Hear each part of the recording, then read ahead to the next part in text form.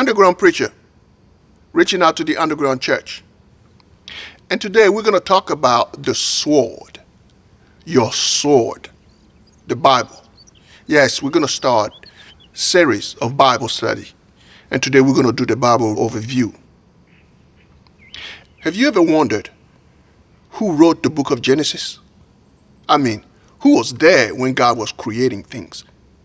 Who sat down with his pen and was watching? Like, yeah, okay, now he's doing this, I'm writing it down. Have you ever wondered? Well, Moses wrote it. Remember when he was on the mountain for 40 days and 40 nights, when he was given the 10 Commandments? Yeah, that's where God gave it to him. And as a matter of fact, the first 5 books of the Bible were written by Moses. And some even claim that Moses wrote the book of Job.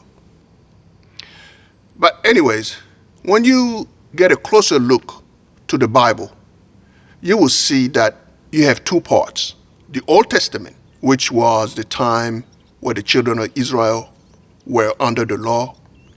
They were sacrificing lambs in the morning and in the evening. It was before Jesus Christ.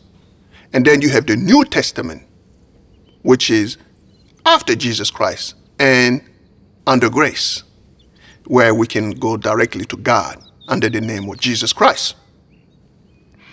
And also when you look each testament from Old Testament to New Testament, starting with the Old Testament, you can see that you can break down the Old Testament in 4 parts that are the Pentateuch, or 5-volume book written by Moses. That's Genesis, Exodus, Leviticus, Numbers, and Deuteronomy. Then you move to the second part, that is history. This part transcribes the rise and the fall of the kingdom of Israel. And you have Joshua, Judges, Ruth, 1st and 2nd Samuel, 1st and 2nd Kings, 1st and 2nd Chronicles, Ezra, Nehemiah, and Esther. And to the third part, that is poetry. And in poetry you have Job, Psalms, Proverbs, Ecclesiastes, and Song of Solomon. The book of Psalms were mostly written by King David, and then Proverbs and Ecclesiastes and Song of Solomon, they were all written by King Solomon, who was the son of King David. Then we can move on to the 4th and last part, that is the prophets. Each of them wrote their own book. Hence, the books were named after them. And those are classified in 5 major prophets that are Isaiah, Jeremiah, Lamentations, Ezekiel, and Daniel.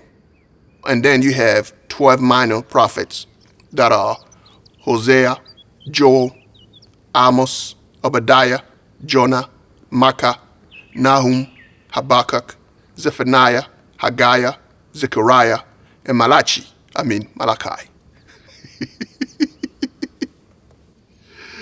So here you have 39 books in the Old Testament.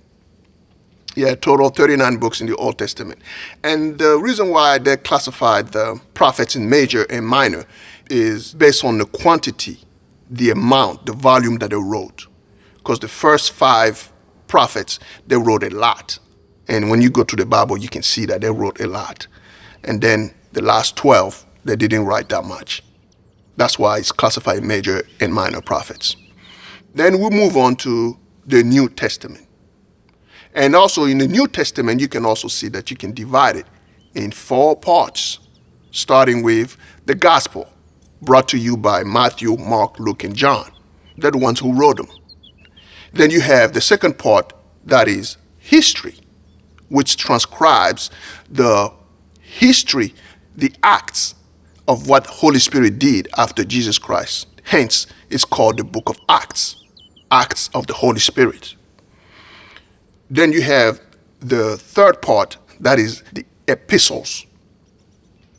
The epistles are actually letters, the letter of edification that was sent by the apostles to different churches So when they write a letter to the church that is Corinth, they call it Corinthians. To Ephesus, that the church that is in Ephesus, to the Ephesians, to the church in Rome, to the Romans. So they're letters. That's why they're named like that. Most of them were written by Paul. And Paul was formerly called Saul, not to be mistaken with King Saul, the first king of Israel. That's a different Saul. But Saul, in the New Testament, he had an encounter with Jesus Christ. And he was a Christian killer. And then when he had an encounter with Jesus Christ, he changed his life and started following Jesus Christ and became an apostle. So he became the apostle Paul. The ones that he wrote are Romans, 1st and 2nd Corinthians, Galatians, Ephesians, Philippians, Colossians, 1st and 2nd Thessalonians, 1st and 2nd Timothy, Titus, Philemon, and Hebrews.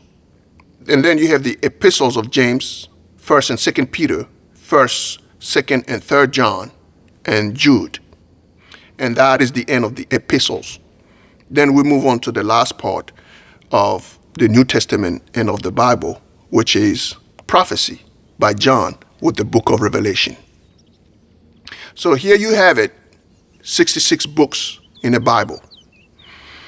That actually varies because you have the Catholic Bible that includes other parts, the Apocrypha. And we're going to talk about that part on the next message. The amazing part is how 40 different authors wrote the Bible, but yet it translates the message of love of God to us. They all speak the same language. That's why it's so amazing. Because some people claim, oh no, an idiot wrote the Bible. No, it wasn't an idiot that wrote it. As a matter of fact, it wasn't one person who wrote it. It's many people who wrote it. And they wrote it while they were under the inspiration of the Holy Spirit. And when it comes to the translation, the version of Bibles, you have to understand that the Bible comes from what they call the Dead Sea Scroll, which is a Hebrew text. That means the origin of the Bible is Hebrew. And then it got translated to Greek, and from Greek to the different languages we know. So when you look at the King James Version, that's back in the days of King James. He had it translated. So when they translated it, they put King James Version. And when you read it, you will see that it's Old English. And then they have the New King James Version, which is the modernized version of the King James Version. And also you have people who actually study Hebrew. They'll go and they get the original text from Hebrew, and then they proceed into translating according to their understanding. And once they finish the translation, they label it as, let's say the person's name is Mike. They can label it as Mike's translation, and it becomes Mike's version. It comes from the same origin. It's just different translation. That's all it is. So it all depends on which version you like and which version you prefer. I know I prefer the New King James Version because to me it's more authentic. It's a little closer. To somebody else, they can use a different New International Version. It depends on how you feel. You can pick and choose whichever you like. And also sometimes you can switch between versions to see which translation matches best or which translation relates or explains it better. So sometimes it comes handy too. And that's about it on our Bible overview. This is the start of our Bible study series. And until next time, Underground Preacher, reaching out to the underground church. And I'm out.